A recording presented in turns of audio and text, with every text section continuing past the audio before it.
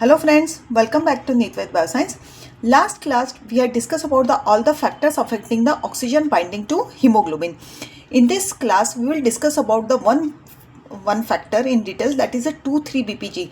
So we will see the effect of 2,3-BPG on binding and the release of oxygen on adult hemoglobin versus the fetus hemoglobins. There is a difference between the adult hemoglobin and fetus hemoglobin, is that the adult hemoglobin has a 2 alpha and the 2 beta chains, while in the fetus hemoglobin 2 alpha and the 2 gamma chain is present, and fetus hemoglobin has a higher affinity for oxygen as compared to the adult hemoglobin. So we will see the reasons why the fetus hemoglobin binds oxygen more strongly than the adult hemoglobin. So here we will see the difference on the effect of 2,3-BPG on adult hemoglobin and the fetus hemoglobins. First we understand the structure of 2,3-BPG. 2,3-BPG it is an anionic molecules, means it has a more negatively charged. So what happens in the adult hemoglobins, while in the deoxygenated state, means in the T state, there is a formation of the positively charged central cavity or the core due to the positively charged amino acid of the beta subunit. Okay, so this 2,3-BPG, which is a negatively charged molecules, bind to the positively charged central cavity of deoxygenated hemoglobin and which stabilize the T state. Stabilizing the T state means the oxygen's affinity towards the hemoglobin will decrease and hemoglobin will release the more oxygen. Why? This 2,3-BPG, it will form the electrostatic interactions with this positively charged amino acid which is present on the beta chain, that is histidine 143. These are the position: histidine 143, lysine 82 and the histidine 2.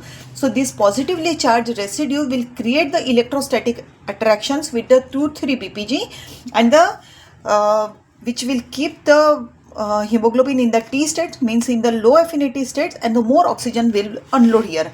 But just we had mentioned what there is a difference in the fetus hemoglobin.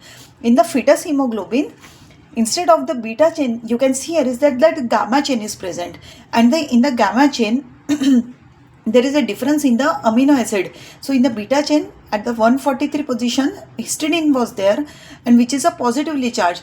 But here in the gamma chain, serine will be there, and the serine is a neutral, means it doesn't have any charges. So the overall positive charge on the central cavity will be decreased. Okay, earlier it was the 6 positive charge, now it will become the 4 positive charge. So there will be the weakening of the 2,3-BPG binding to the central cavity. As a result, HbF will remain in the high affinity state, means in the R state, and it will lead to the stronger oxygen binding as compared to the adult hemoglobin. There is a diagrammatic representation of these two, binding of 2,3-BPG to adult hemoglobin versus binding of 2,3-BPG to the fetus hemoglobins. You can see here is that first one is the adult hemoglobins, where is the beta 1 and the beta 2 globin chain are there, while in the fetus hemoglobin gamma 1 and the gamma 2 chains are present. So this is the difference.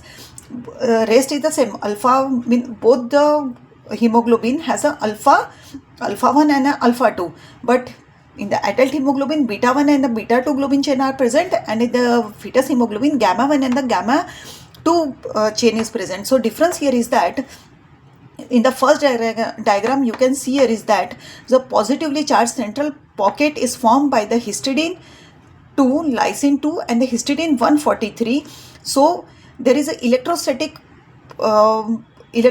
attraction formed between the positively charged amino acid and the negatively charged 2,3-BPG, and because of the binding of the 2,3-BPG, 2,3-BPG will act as a allosteric regulator. So allosteric regulator means the hemoglobin's affinity toward oxygen will decrease and it will unload the more oxygen which is to the tissues which is in the need. But in the fetus hemoglobin, you can see here is that so instead of the histidine 143, there is a serine 143, and serine doesn't have the positive charge. So there is a weak bond formation with the 2,3-BPG, and weak bond formation means so there will be the higher affinity towards the oxygen, and fetus hemoglobin can transfer the oxygen from the maternal blood to the fetus tissue through placenta. Okay, so this happens because of the difference between these two amino acid.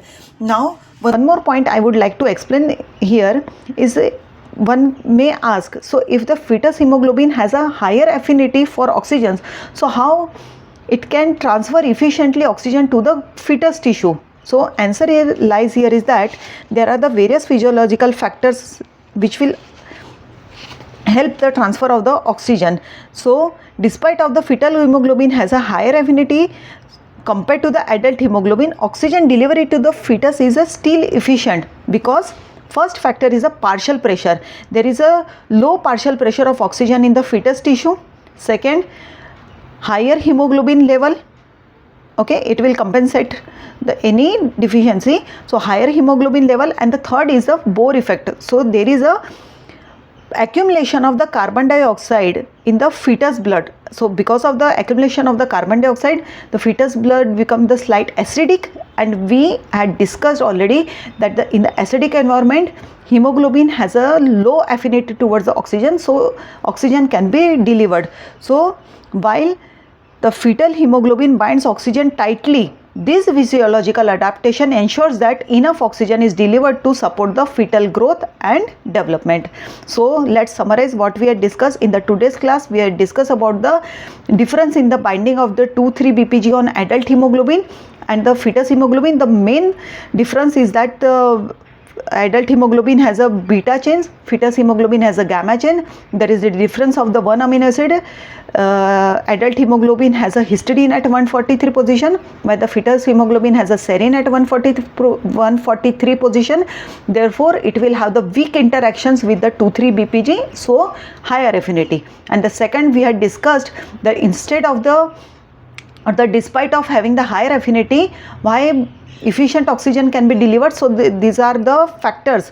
So partial pressure of oxygen, higher fetus hemoglobin levels, and due to the Bohr effect means CO2 accumulation, pH will be the less. So because of this factor, enough oxygen can be delivered to the growing fetus tissue. Okay, thank you.